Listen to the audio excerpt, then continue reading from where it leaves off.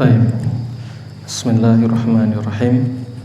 Assalamualaikum warahmatullahi wabarakatuh. Waalaikumsalam warahmatullahi wabarakatuh. Innal hamdalillah nahmaduhu wa nasta'inuhu wa nastaghfiruh wa na'udzu billahi min syururi anfusina wa min sayyiati a'malina.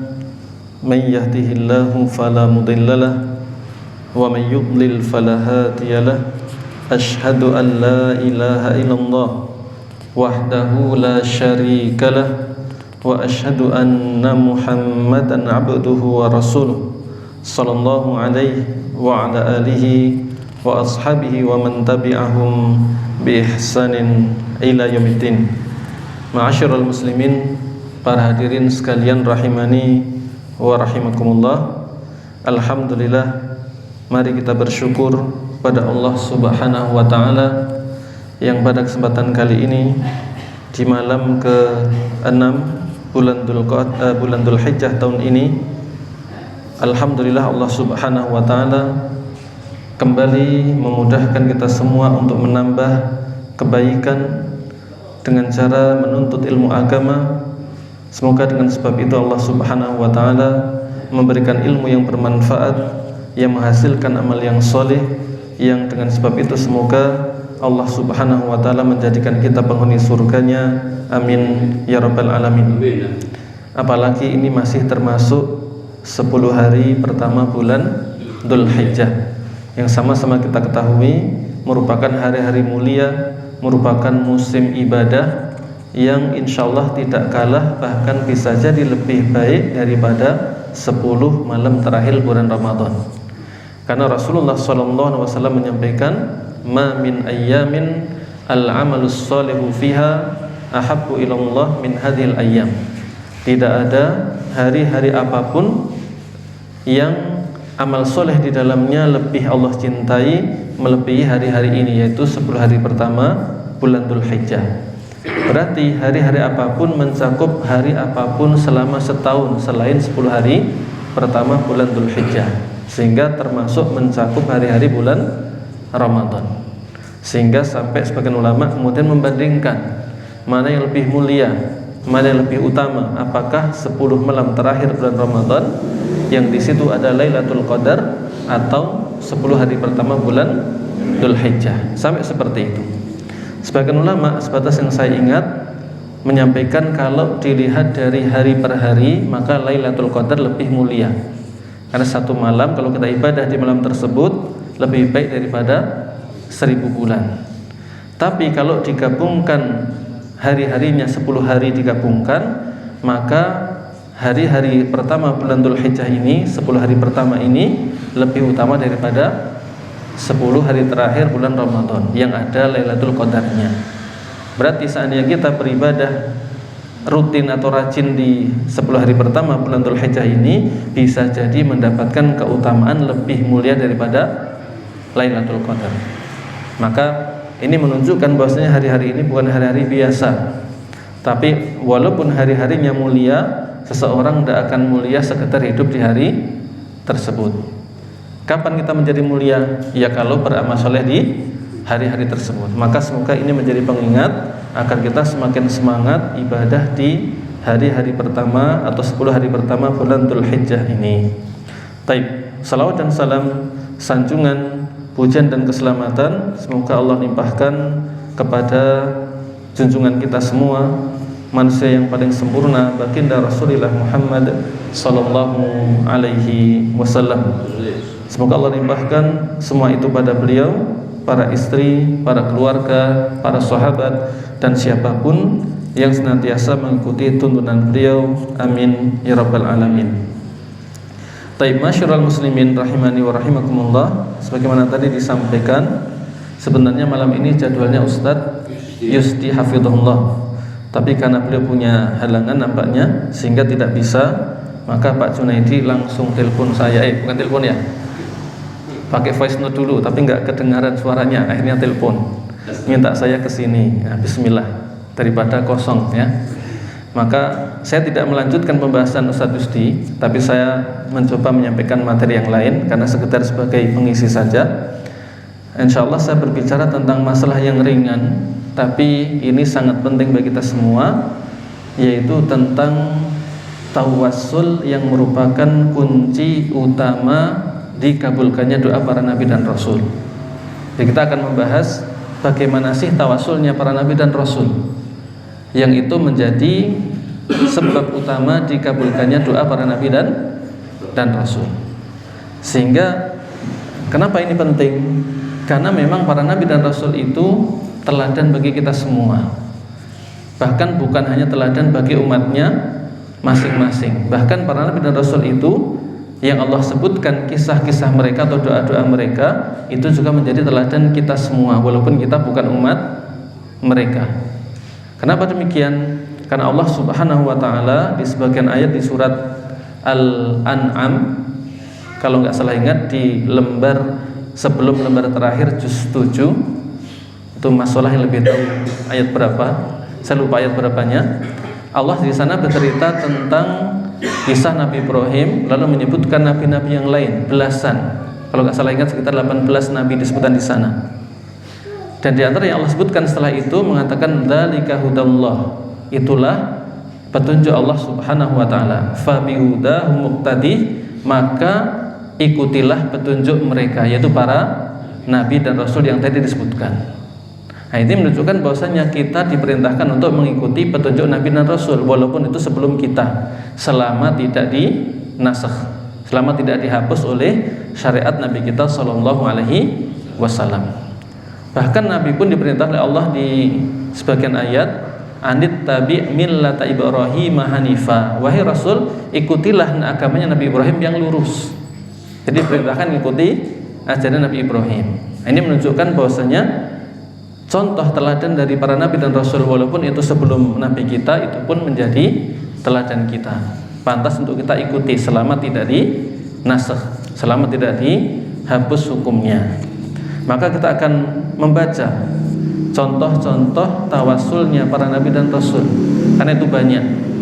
Di kisah-kisah mereka yang Allah tebarkan kisah tersebut di banyak surat, sering disebutkan doa-doa para nabi dan rasul yang perlu kita cermati. Bagaimana sih mereka berdoa? Ketika berdoa bagaimana tawassulnya? Nah, ini pantas kita perhatikan lalu kita contoh.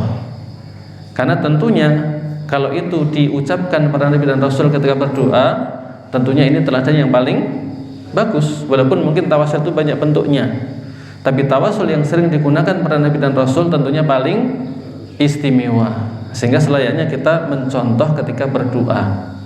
Karena kita pasti sering berdoa pada Allah Subhanahu wa taala dan pasti pengen dikabulkan. Nah, maka diantara cara biar doa kita terkabul, ya diantaranya melakukan tawassul yang dicontohkan oleh para nabi dan rasul.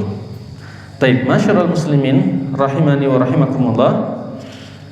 Tawassul sebenarnya bisa dikatakan memiliki dua makna. Ya, kata tawassul bisa dikatakan memiliki dua makna. Yang pertama adalah tawassul dalam arti kita melakukan sesuatu yang mendekatkan diri kepada Allah Subhanahu wa ta'ala. Ini makna pertama. Karena tawassul artinya adalah melakukan sesuatu untuk mencapai tujuan, melakukan wasilah, melakukan sarana untuk menggapai suatu tujuan. Itu kurang lebih makna tawassul. Maka dalam penggunaannya, kata tawassul itu terkadang untuk ini, terkadang untuk ini. Terkadang untuk makna melakukan ibadah-ibadah yang Allah cintai, kita lakukan sebagai wasilah untuk mendapatkan ridhonya, mendapatkan surganya. Ini makna pertama. Jadi tawassul terkadang maksudnya adalah kita melakukan ibadah-ibadah yang dituntunkan dalam rangka menggapai ridha Allah, menggapai surganya, menggapai ampunannya. Ini namanya tawassul juga. Walaupun ini bukan tawassul dalam doa, ini salah satu maknanya. Inilah yang dimaksud oleh Allah Subhanahu wa taala sebenarnya dalam surat Al-Maidah ayat 35. Surat Al-Maidah ayat 35, Allah taala berfirman, ya ayyuhalladzina amanu taqullaha wabtaghu ilaihil wasilah. Wahai orang-orang yang beriman, ittaqullah, bertakwalah kalian kepada Allah, wabtaghu ilaihil wasilah, dan carilah atau lakukanlah wasilah kepadanya, bertawassullah kepadanya. Nah, yang dimaksud dengan cara bertawassullah kepadanya di sini, menurut para tafsir diantaranya dinukilkan di sini dari Imam Qatadah rahimahullahu taala. Beliau mengatakan taqarrabu ilaihi bi ta'atihi wal amali bima yurdih. Hendaknya kalian mendekatkan diri kepada Allah dengan mentaatinya dan melakukan apapun yang Allah ridhoi. Ini makna tawasul dalam ayat tersebut. Saya ulangi. Allah Ta'ala di ayat ini mengatakan, ya ayyuhalladzina amanu, wahai orang-orang yang beriman, ittaqullah, hendaknya kalian bertakwa kepada Allah, wajahidu fi sabilihi, dan adalah wabtaghu ilaihil wasilah, dan hendaknya kalian mencari atau melakukan wasilah tawasul kepada Allah. Apa maksudnya? Nah, yang dimaksud dengan tawasul di ayat ini adalah hendaknya kalian melakukan sesuatu yang mendekatkan diri kepada Allah. Ini adalah tafsir dari sahabat yang mulia Ibnu Abbas radhiyallahu anhu, termasuk murid beliau Mujahid dan yang lainnya. Termasuk tadi yang saya sebutkan adalah tafsir dari Qatadah rahimahullah yang mengatakan taqarrabu ilaihi bi ta'atihi wal amali bima yurdi. Hendaknya kalian mendekatkan diri pada Allah dengan mentaatinya dan melakukan sesuatu apapun yang membuat Allah ridho. Dan ini makna tawasul yang pertama, yaitu kita melakukan amal-amal yang soleh yang dituntun oleh Allah dan Rasulnya untuk mencari ridho Allah. Ini makna yang pertama. Makna yang kedua, ini yang lebih familiar, lebih sering kita dengar. Tawasul artinya adalah melakukan sesuatu agar doa kita terkabul. Berarti kan melakukan sesuatu untuk mencapai tujuan. Tujuan kita apa? Terkabulnya doa. Maka kita perlu melakukan hal-hal yang menjadi sarana terkabulnya doa. Namanya tawassul. Nah, ini tawassul dalam doa. Jadi ada dua pemaknaan. Tapi yang akan kita bahas adalah yang kedua, yaitu bagaimanakah tawassulnya para nabi dan rasul ketika berdoa biar doanya terkabulkan. Nah, ini akan lebih kita bahas di sini. Kita akan mencoba membaca contoh-contoh tawassulnya para nabi dan rasul ketika mereka berdoa, lalu kita cermati mereka bagaimana tawassulnya, agar kita contoh dalam doa-doa kita. Semoga dengan sebab itu tawassul kita menjadi sebab dikabulkannya doa kita semua. Taib, masyarul muslimin rahimani wa rahimakumullah.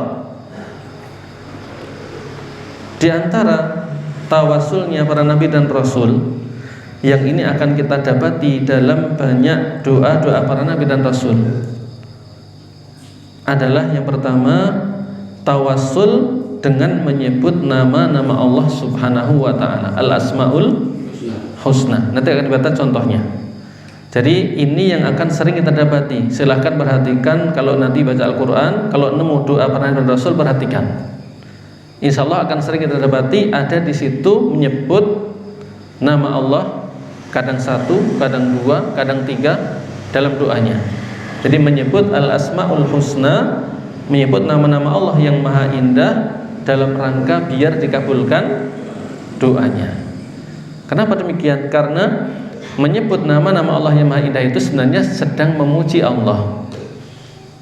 Karena nama Allah itu bukan sekedar nama, tapi nama yang itu sekaligus menunjukkan suatu sifat yang sempurna milik Allah. Bahkan bisa jadi lebih dari satu.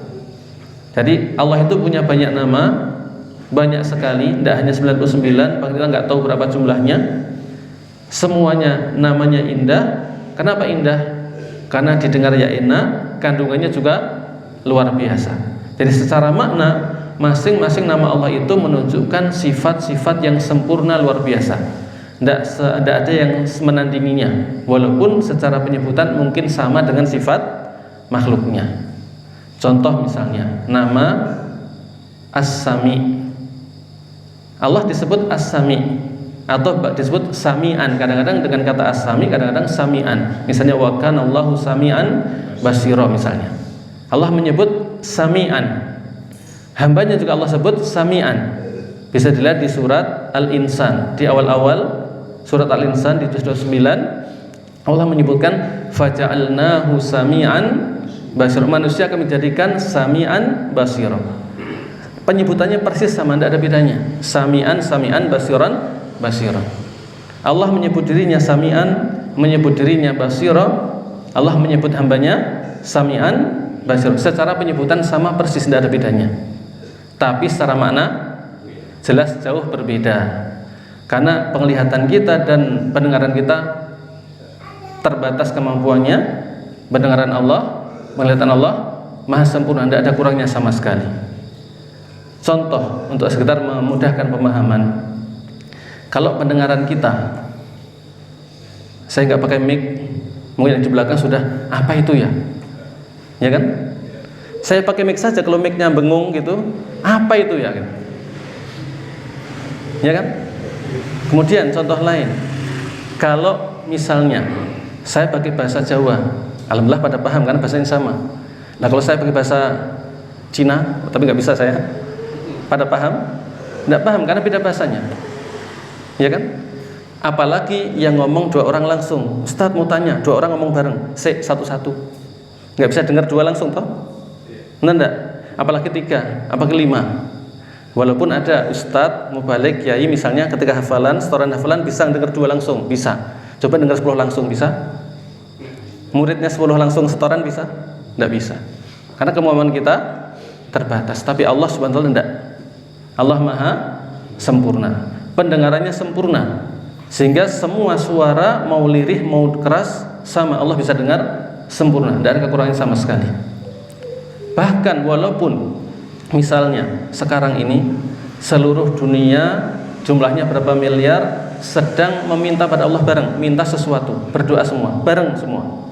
Bahasanya beda-beda, ada yang Madura, ada yang Jawa, ada yang Sunda, ada yang Cina, ada yang mana? Vietnam, yang Pyeongtaek, nggak paham semua.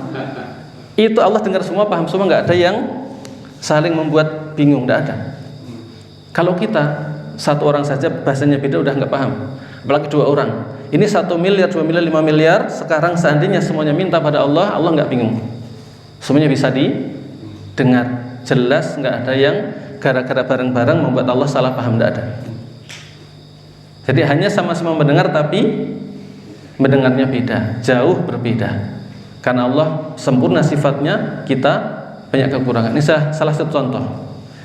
Nah, jadi orang yang berdoa dengan menyebut nama Allah sedang memujinya. Ngalembono kalau orang Jawa, memuji-muji siapa yang diminta dengan tujuan biar dikabulkan. Dan itu pula yang kita lakukan pada orang toh. Kita kalau minta pada seseorang, Pak tolong dikasih hutang, biasanya ngapain ngomongnya? Bujuknya macam-macam. Pak jenengan itu orang yang dermawan gitu kan, tolong, itu biasanya.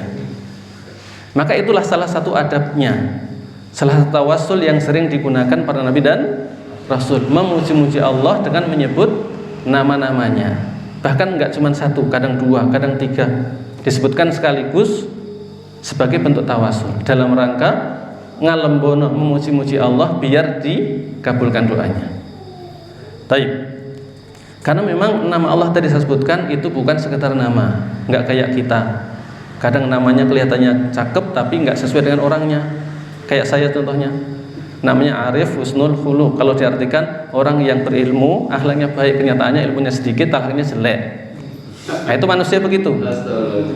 Itu manusia, nggak cocok antara nama dan orangnya. Tapi Allah persis namanya betul-betul menunjukkan siapa pemilik namanya. Maka Allah betul-betul memiliki sifat yang sempurna yang ditunjukkan oleh nama tersebut. Maka orang yang menyebut nama Allah, kalau sadar yang disebutkan itu nama apa, artinya apa, sebenarnya sedang memuji Allah dengan pujian yang luar biasa. Apalagi mujinya nggak cuma satu, diulang-ulang, namanya beda-beda. Karena semakin penyebutan, semakin keistimewaan itu disebutkan banyak, dirinci, itu semakin memuji. Betul enggak? Misalnya, ini sering saya sebutkan dalam pengajian. Kalau ada seseorang laki-laki belum pernah nikah, ditawari mau nikah enggak? Saya punya adik, istimewa wes, gitu tok. Tertarik enggak? Belum tentu, mungkin jangan-jangan menurut Ustaz tertarik, bagus, enggak kok cantik, jangan-jangan menurut Ustaz saja. Jangan-jangan sebenarnya enggak seperti itu. Ya kan? Beda kalau saya rinci, mau enggak nikah sama adik saya? cuantik jelita, pinternya bukan main, dokter, langsing, kulitnya begini, tak rinci 15 sebutan semua. Langsung Ustaz, mau nggak sama saya tapi ya gitu. Malah minder. Karena semakin jelas keistimewaannya kalau disebutkan banyak. Maka itulah diantara metode para nabi dan rasul ketika berdoa, menyebut nama-nama Allah yang maha indah untuk memuji-muji dulu dalam rangka biar dikabulkan doanya. Dan sebenarnya itu pula yang Allah ajarkan di surat Al-Fatihah. Kalau kita perhatikan surat Al-Fatihah, kita itu sebenarnya sedang diajari untuk bagaimana sih cara berdoa. Kan ujung surat Al-Fatihah doa, ihdinas siratal mustaqim, itu ujung dari surat Al-Fatihah, minta hidayah. Sebelumnya ngapain dulu? Diajari, muji dulu, nyebut bismillahirrahmanirrahim, nyebutkan nama Ar-Rahman Ar-Rahim, memuji alhamdulillahirabbil alamin, nyebut Rabb, pencipta pemilik pengatur alam semesta, Malik Yaumiddin, muji lagi. Setelah itu tambah lagi mengaku sebagai seorang hamba, baru minta. Jadi Al-Fatihah ngajari kita bagaimana doa, dan itulah yang diperhatikan para nabi dan rasul. Mari kita coba perhatikan beberapa contoh tawasulnya para nabi dan rasul dengan menyebut nama-nama Allah Subhanahu wa ta'ala. Tapi tentunya bukan sekedar nyebut ya. Jadi doa itu idealnya orang berdoa paham yang dibaca apa, minta apa, betul-betul paham kandungannya, khusyuk, yakin Allah akan ngabulkan, kan begitu. Termasuk ketika menyebut namanya, paham namanya ini maksudnya apa, kandungannya apa, sehingga kita membaca nama itu betul-betul sedang memuji Allah Subhanahu wa ta'ala. Baik. Di antara contohnya adalah doa bapaknya para nabi, yaitu Nabi Ibrahim alaihissalam. Misalnya di surat Al-Baqarah Allah sebutkan beberapa doa Nabi Ibrahim alaihissalam di Al-Baqarah ayat 127 sampai 129.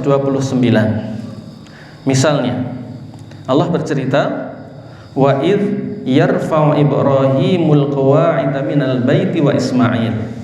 Allah menyampaikan, ingatlah ketika Nabi Ibrahim dan Nabi Ismail keduanya meninggikan pondasi Ka'bah. Ini amal soleh. Lalu mengatakan Rabbana taqabbal minna. Memulai doanya dengan Rabbana. Ini sering kita sebut, cuman nggak tahu menghayati apa tidak. Beliau Nabi Ibrahim memulai doanya sebelum menyebutkan permintaannya mengatakan Rabbana. Dan Rabbana berarti menyebut nama Allah Ar-Rabb, karena Rabb itu salah satu nama Allah, yang artinya adalah kalau mau diglobalkan menunjukkan Allah itu sang pemilik, pengatur, sang pencipta, pemilik dan pengatur.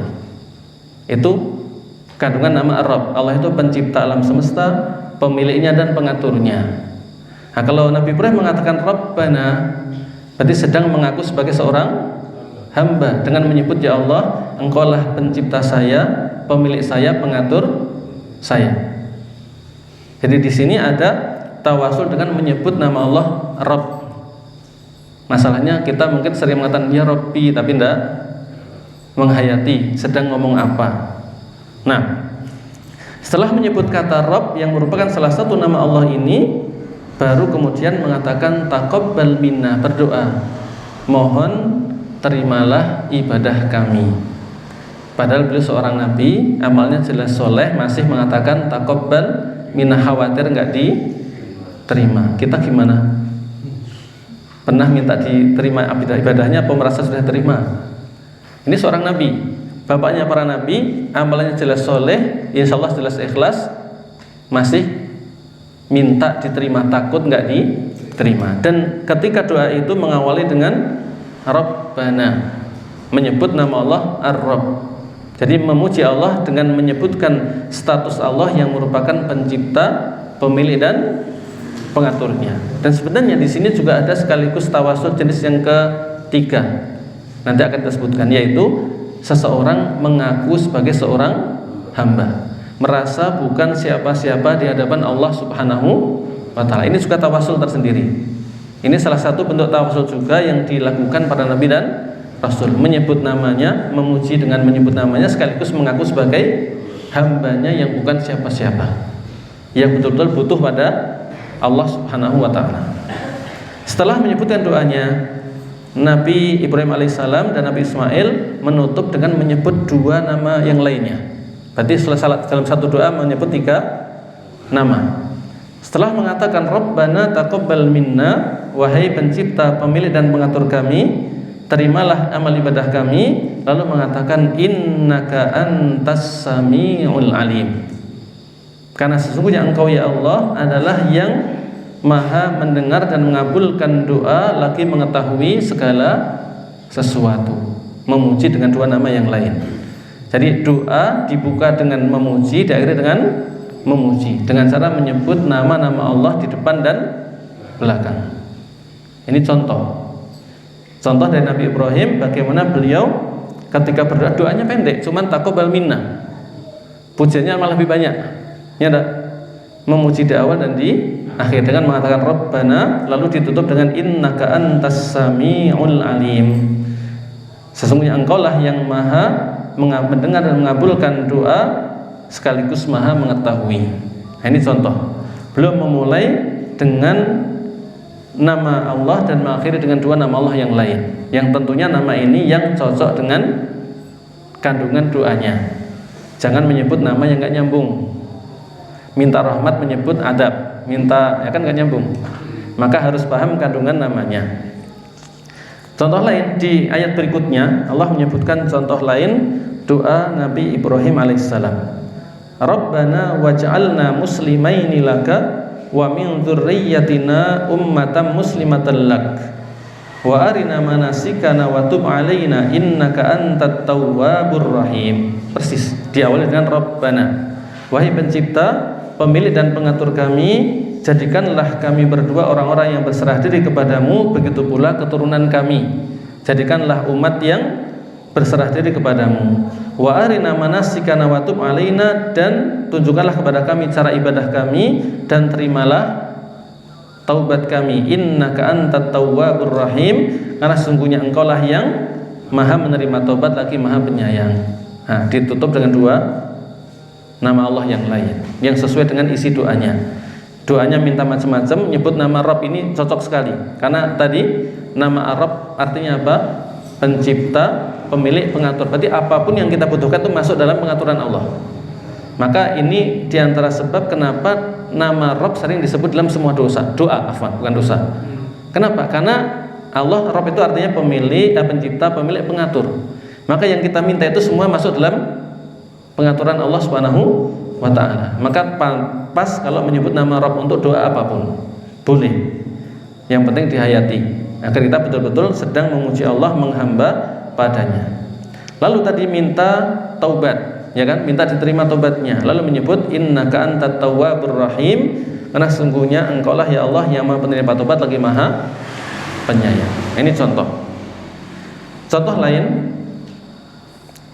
Kok ternyata cepat banget ya waktunya. Baik, contoh lain misalnya doa Nabi Sulaiman alaihissalam di surat Shad ayat 35. Silahkan nanti dilihat. Beliau mengatakan Rabbil firli, ya Allah, ya Rabbi. Rabb artinya Rabbi, sama dengan Nabi Ibrahim, memulai dengan Rabbi. Rabbil firli, wahai pencipta, pemilik dan pengaturku. Ighfirli, ampunilah saya. Wahabli mulka la yambaghi ahdi min ba'di, dan mohon ya Allah berikanlah kepadaku kerajaan yang enggak pernah dipunyai oleh siapapun setelahku. Mintanya luar biasa, tapi jangan ditiru ya. Minta kerajaan yang enggak pernah dipunyai seorang pun setelah beliau. Lalu menutup doanya dengan innaka antal wahhab, sungguh engkau ya Allah yang maha pemberi. Minta kerajaan yang enggak ada yang semisal, ditutup dengan nama Al-Wahhab yang maha pemberi. Kabulkan enggak? Kabulkan. Sampai tentaranya dari jin, dari burung, paham bahasa semut. Gara-gara di antara sebabnya nyebut nama Al-Wahhab. Cuman itu tadi, kita menghayati atau tidak, tahu maknanya atau tidak, jangan-jangan nyebut tapi tidak paham. Nah, ini koreksi kita. Kita perlu untuk meniru para nabi, menyebut nama Allah di doa kita yang sesuai dengan isi doanya, tapi harus paham kandungannya, sehingga ketika membaca betul-betul menghayati sedang memuji Allah Subhanahu wa ta'ala. Allah kabulkan. Contoh lain adalah doanya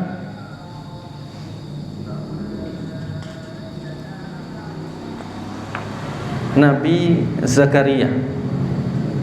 Nabi Zakaria termasuk nabi yang sampai sepuh tua umurnya belum diberi keturunan.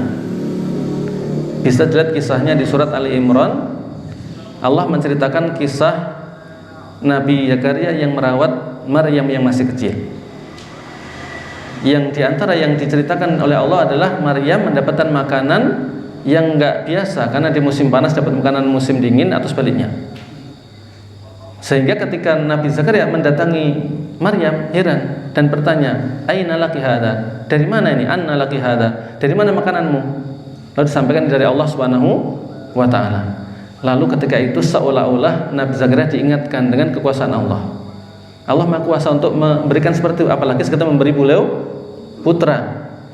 Lalu ingat, lalu berdoa pada Allah, Rabbi habli min ladunka dzurriatan thayyibah innaka sami'ud du'a. Lihat contohnya, memulai dengan Rabbi, sama persis. Memulai doanya dengan Rabbi, wahai pencipta, pemilik dan pengatur saya. Habli min ladunka dzurriatan, ya Allah mohon berilah saya keturunan darimu. Maksudnya Allah yang ngasih betulan. Innaka antas sami'ud du'a, sungguh Engkau ya Allah yang Maha mendengar mengabulkan doa. Mulai dengan Rabbi, menyebut nama Rabb, mengakhiri dengan nama yang lain. Maka inilah contoh nyata dari para nabi dan rasul. Kalau kita baca doa-doa mereka akan seperti itu. Dimulai dengan nama Allah, diakhiri dengan nama Allah, atau yang penting menyebut nama Allah di doanya. Maka ini salah satu yang perlu kita lakukan agar doa kita dikabulkan, tapi harus dihayati. Yang kedua, saya singkat karena waktunya mepet. Bentuk tawasul yang kedua yang dilakukan para nabi dan rasul adalah tawasul dengan menyebut sifat Allah. Kalau tadi namanya, ini menyebut sifat Allah Subhanahu wa ta'ala. Contoh nyatanya adalah yang dilakukan Nabi kita Shallallahu Alaihi Wasallam. Beliau bahkan menggabungkan nama dan sifat sekaligus. Misalnya ini yang sering kita baca di pagi hari, Ya Hayyu Ya Qayyum bi rahmatika astaghits. Ya Hayyu Ya Qayyum berarti menyebut dua nama Allah yang merupakan al-asmaul husna, Hayyu, Al-Hayyu, Al-Qayyum. Ya Hayyu Ya Qayyum. Lalu menyebutkan bi rahmatika, dengan rahmatmu, ini sifat Allah. Jadi menyebut nama, menyebut al-asmaul husna, bahkan sekaligus menyebut sifat yaitu rahmahnya. Baru menyebutkan doanya, astaghits, ya Allah aku mohon pertolongan. Ini contoh. Nabi kita memberikan contoh menyebutkan nama sekaligus doa. Boleh doa tok, boleh nama tok, boleh dua-duanya. Yang penting dihayati. Kalau nama memang kita panggil Ya Hayyu, Ya Rahman, Ya Rahim, itu disebut, kita panggil. Tapi kalau sifat jangan. Kalau sifat caranya bukan Ya Rahmah, enggak. Disebut dengan Bi Rahmatika, itu caranya. Bukan mengatakan Ya Rahmatullah, enggak. Caranya menyebutnya Bi Rahmatika. Nabi memberikan contoh Ya Hayyu Ya Qayyum Bi Rahmatika astaghits. Itu caranya. Jadi menyebutkan nama-nama, lalu menyebutkan sifat misalnya, lalu berdoa. Ini contohnya. Contoh lain misalnya doa Nabi Sulaiman alaihissalam. Di surat An-Naml ayat 19 Allah mengisahkan, menyebutkan doa Nabi Sulaiman. Beliau mengatakan, wa adkhilni bi rahmatika fi ibadikas shalihin. Ya Allah, mohon masukkanlah aku ke dalam hamba-hambamu yang soleh dengan rahmatmu. Nah, menyebut sifat Allah itu rahmatnya. Nah, ini boleh. Bahkan ini termasuk yang dicontohkan para nabi dan rasul. Maka selayaknya kalau memungkinkan kita lakukan itu. Sebutkan nama Allah atau sifatnya atau dua-duanya juga boleh. Yang penting tadi dipahami artinya, dihayati maknanya, sehingga ketika berdoa kita menghayati betul-betul sehingga betul-betul sedang memuji Allah Subhanahu wa taala, bukan sekedar mengucap tanpa dipahami. Taib. Termasuk ketika kita doa istikharah. Doa istikharah. Rasulullah SAW memberikan contoh atau mengajari kita, diawali dengan mengatakan Allahumma bi'ilmikal ghaib wa qudratika 'alal khalqi. Atau kalau yang di ini di doa lain, kalau yang di doa istikharah astakhiruka bi'ilmika. Meminta pilihan dengan menyebut sifat ilmu. Ya kan?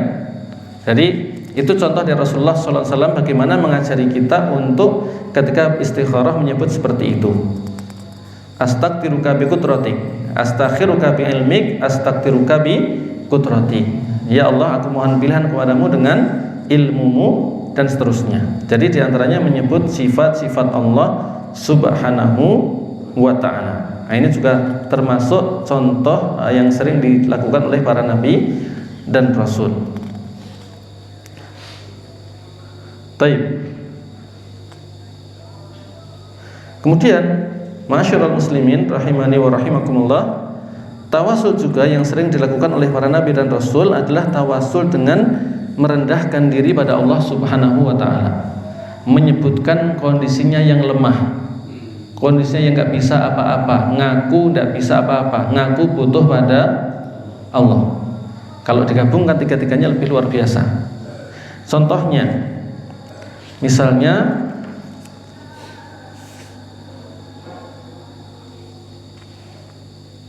adalah doa Nabi Musa alaihissalam. Allah sebutkan di surat Qasas ayat 24. Ini ketika Nabi Musa tidak sengaja bunuh orang, enggak sengaja. Ketika masuk ke kota Mesir, melihat ada dua orang, satunya orang Bani Israel, satunya orang Mesir, kelahi. Nabi Musa diminta bantuan, bantu orang yang dari Bani Israel, dipukul, enggak niat bunuh tapi mati, saking kuatnya. Lalu karena takut dikejar, melarikan diri, kematian. Nah, ketika di tengah perjalanan melarikan diri tadi, beliau berdoa pada Allah Subhanahu wa taala mengatakan, Rabbi inni lima anzalta ilayya min khairin faqir. Wahai pencipta, pemilik dan mengaturku. Menyebut Rabbi, ini yang tadi kita sebutkan, menyebut nama Allah al-min al-asmaul husna. Sesungguhnya aku ya Allah, lima anzalta ilayya min khairin faqir. Sesungguhnya aku sangat butuh ya Allah terhadap kebaikan yang kamu turunkan. Nah, mengaku aku butuh ya Allah dengan kebaikanmu. Nah, itu tawasul. Biar dikabulkan, ngaku nggak bisa apa-apa tanpa Allah, butuh Allah dan semisalnya. Intinya begitu. Contoh lain, nggak bilang aku butuh kan sebenarnya, tapi cuma ngomong ya Allah, aku sangat butuh dengan bantuanmu. Tapi nggak bilang ya Allah berilah bantuan, nggak ngomong gitu.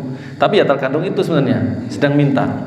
Contoh Nabi Ayub alaihissalam, Allah kisahkan di surat Al-Anbiya ayat 83. Nabi Ayub kan ditimpa penyakit bertahun-tahun, betul enggak?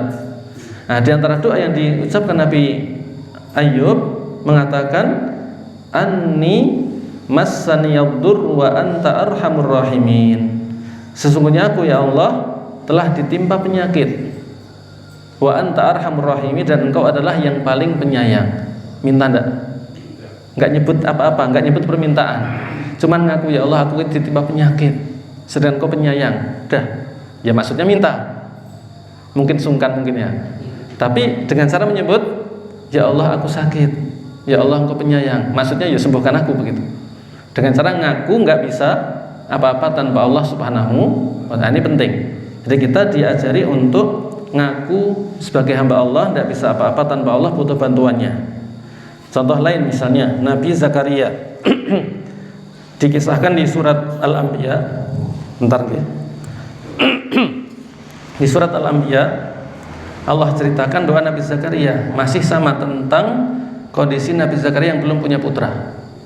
Di antara doanya beliau mengatakan Rabbi, memulai dengan Rabbi, la tadharni fardan, jangan engkau tinggalkan aku sendirian. Maksudnya minta anak. Ya Allah, jangan biar aku dewe gitu, jangan biar aku sendirian. Maksudnya berilah anak saya putra. Tapi dengan cara mengaku butuh pada Allah Subhanahu wa taala. Wa anta arhamur rahimin, sedangkan Engkau ya Allah yang Maha Penyayang. Apalagi di awal di awal surat Maryam, silakan lihat, ini lebih sangat kelihatan bagaimana Nabi Zakaria ngaku. Nanti silakan dibaca lagi, saya sebutkan di sini. Nabi Zakaria Allah ceritakan menyebutkan banyak kelemahan diri untuk menunjukkan butuh pada Allah Subhanahu wa taala. Mengatakan Rabbi, memulai dengan Rabbi. Inni wahanal 'azmu minni, ya Allah, tulangku sudah lemah. Ngaku, aku lemah ya Allah, tidak bisa apa-apa, sudah tua. Washta'ala ra'su syaibah, dan kepalaku sudah menyala gara-gara uban. Ngaku, ya Allah saya sudah tua, sudah banyak beruban, sudah lemah ke tulangku. Begitu.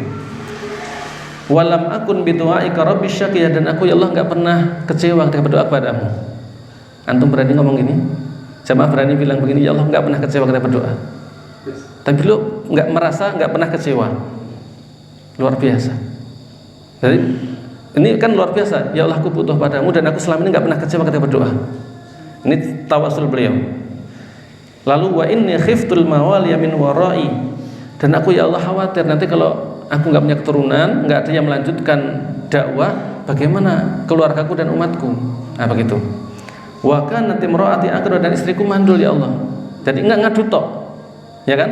Baru setelah itu mengatakan fahabli min ladunka waliyya, lalu baru ya Allah kasih dong putra. Doanya mau minta putra, tapi sebelumnya tawasulnya panjang. Ngaku tua, ngaku sudah beruban, ngaku begini baru minta. Nah, ini contoh tawasul beliau. Maka ini bagus. Jadi kita tuh merendah di hadapan Allah, ngaku tidak bisa, butuh pertolongan, baru minta. Contoh lain, Nabi Yunus alaihissalam ketika ditelan ikan, isinya apa doanya? Cuman bilang la ilaha illa anta subhanaka inni kuntu minadh dhalimin. Ya Allah, tidak sembahan yang benar kecuali Engkau. Berarti ngaku sebagai hamba. Betul kan? Ngaku Allah lah yang patut sembah, beliau seorang hamba. Subhanaka, maksud Engkau ya Allah dari segala kekurangan dan aib. Inni kuntu minadh dhalimin, sungguh aku ya Allah termasuk orang yang zalim. Apa isi doanya? Enggak nyebut sama sekali. Tapi justru hanya ngaku sebagai seorang hamba, ngaku telah berbuat dosa, ya mungkin maksudnya Allah ampuni saya, tolong saya, lalu diselamatkan, dikeluarkan dari ikan yang besar itu dan selamat, Allah tolong. Caranya apa doanya?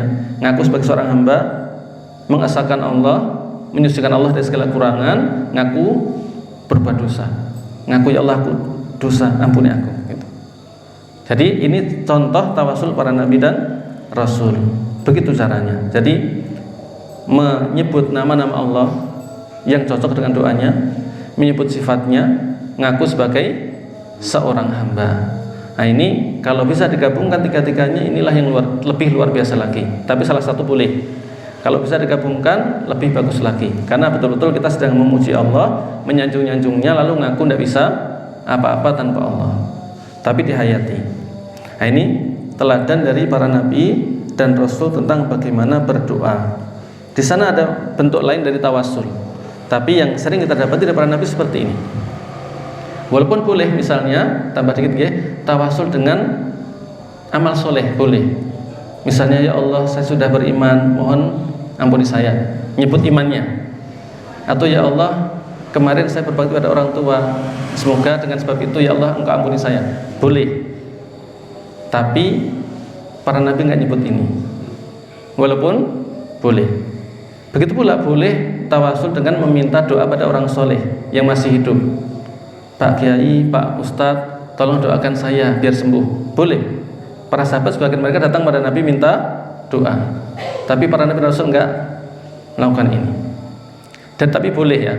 Cuman kalau ini sebagai penutup, kalau dibandingkan antara tawasul dengan menyebut nama Allah, tawasul menyebut sifat Allah, ngaku sebagai seorang hamba yang tidak mampu tanpa Allah, lalu yang keempat tadi apa? Menyebutkan amal soleh, yang kelima minta doa orang yang soleh yang masih hidup. Ini semuanya boleh. Tapi mana yang terbaik?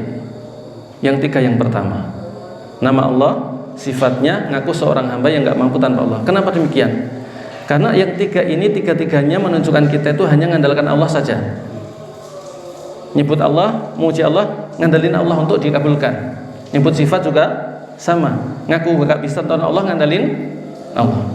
Tapi dengan amal soleh sendiri bisa jadi nggak sadar ngandalin amal sendiri. Sedangkan siapakah yang bisa menjamin amal kita sudah bagus? Ya kan? Ya apalagi minta tolong pada sesama manusia. Walaupun boleh, sangat rawan ada unsur bergantung pada yang dimintai doa. Makanya kalau kita minta doa pada orang yang masih hidup yang soleh, ada syaratnya. Syaratnya apa diantaranya? Tidak boleh ada unsur suudzon pada Allah. Misalnya mengatakan, wah, saya kalau doa sendiri gak dikabulkan nanti, saya akan banyak dosanya. Jadi suudzon dulu pada Allah, nganggap Allah gak akan ngabulkan doanya. Ini gak boleh. Suudzon.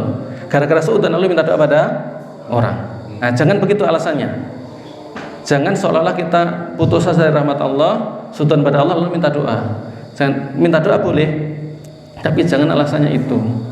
Ya sekedar usaha saja, mungkin kita kan nggak tahu dari jalan mana dikabulkan kan? Bisa jadi dari saya, dari orang tua, dari teman. Sekedar minta boleh, tapi jangan sampai sebabnya karena suudzon pada Allah atau karena bergantung pada orang tersebut. Seolah-olah kalau nggak minta nggak akan dikabulkan. Nah, jangan sampai seperti itu. Jangan juga sampai ada unsur bergantung pada dia. Harusnya kita tawakalnya hanya pada Allah. Maka walaupun boleh, tapi ada warningnya, ada pengingatnya. Jangan sampai seperti itu. Karena kalau begitu malah nanti mengurangi tauhid kita. Boleh tapi jangan sampai seperti itu. Hanya sekedar untuk ikhtiar saja. Apalagi kalau niatnya tambah satu lagi niat bagus. Apa itu niatnya?